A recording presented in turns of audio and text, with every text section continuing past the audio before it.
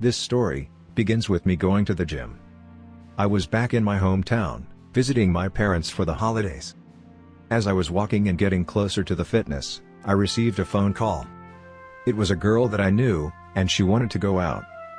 The fitness was about to close in an hour and a half, and she told me that it was possible to see me only for the next 2 hours. I was going back in the town where I lived and worked the next day, so I had to make a decision. Go out with a girl, or obtain the Greek god physique that I desire.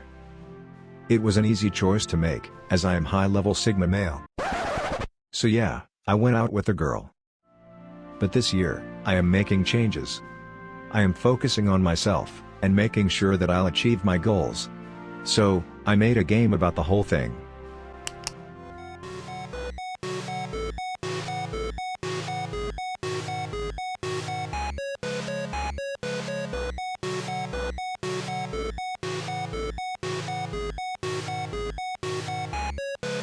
Leave me alone, I'm busy!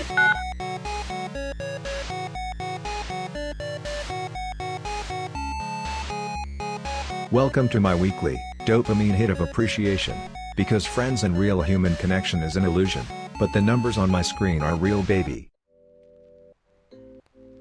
It has been almost a month since I began learning Unity. Things were starting to click, and I felt more comfortable making games. For this project, I wanted to implement all of the things I have learned so far. Additionally, I wanted to introduce a new aspect to my arsenal. That being the top-down perspective. 2D games in Unity can have different viewpoints, depending on what the game designer wants his game to be. There is the side-on perspective, which is generally used for platformers, and which I have been using so far. Also, another perspective is the isometric, or three-quarter view, which adds depth to the game. Lastly, we have the top-down view, which is the one that I wanted to try out.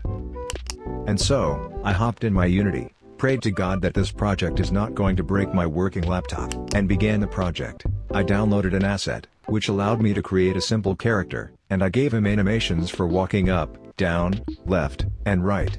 It was time to create a tile map, and if you are new to Unity, it's basically this grid, where I am able to draw using the palette which I am about to create. I actually bought a sprite preset, which was designed for city building. It cost less than a coffee, so even though I was left broke after the holidays, it felt like a bargain. Now, in order to create a tile set, you need to select multiple for sprite mode, point filter so that your sprites look crispy, and apply no compression for the same reason. In the sprite editor, you can adjust the way that your sprites are sliced. A good rule of thumb is to have a block for every important detail.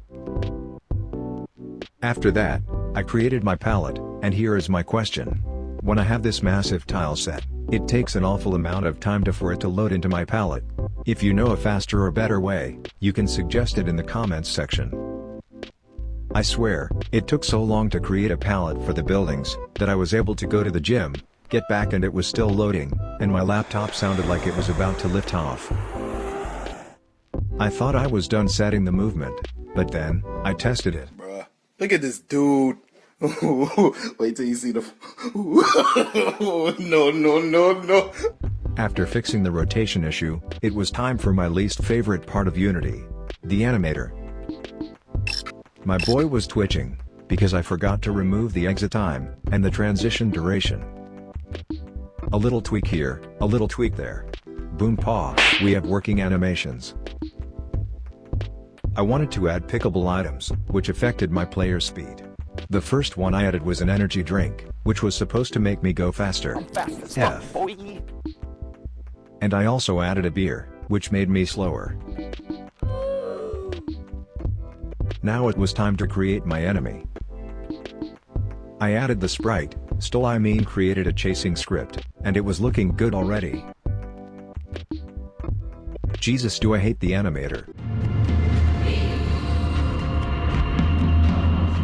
Glad I was done with that, and now we have a walking enemy. For some reason, the walking up animation was bugging, so I quickly fixed that. And it's gone! Ooh, and I also added an exclamation mark above my enemy's head, when it begins chasing me. I wanted to create 4 different bullets, which were going to slow down the enemy. Sometimes I wonder what I am doing with my life. Anyways, implementing shooting was complicated, to say the least. but after what felt like an eternity, it was done.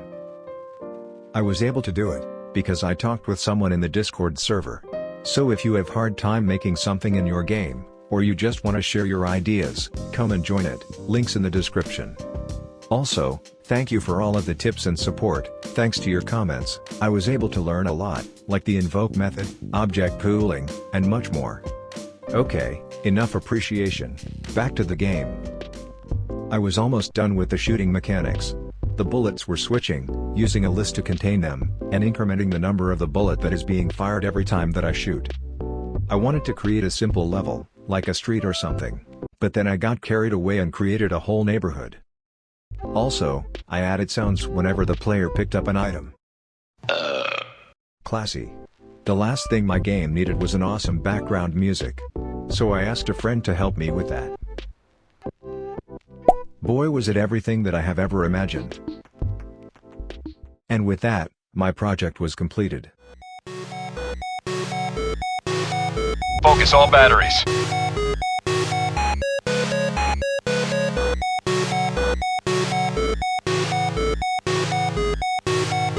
Focus all batteries.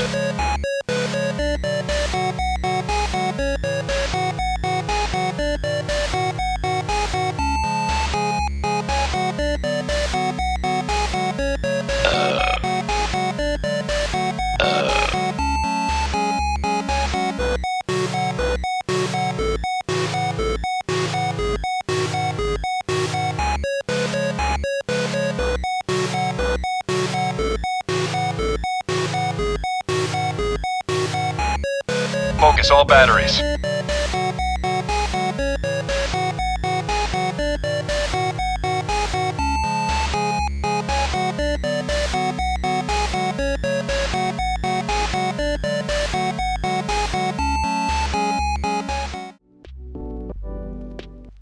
And this was it.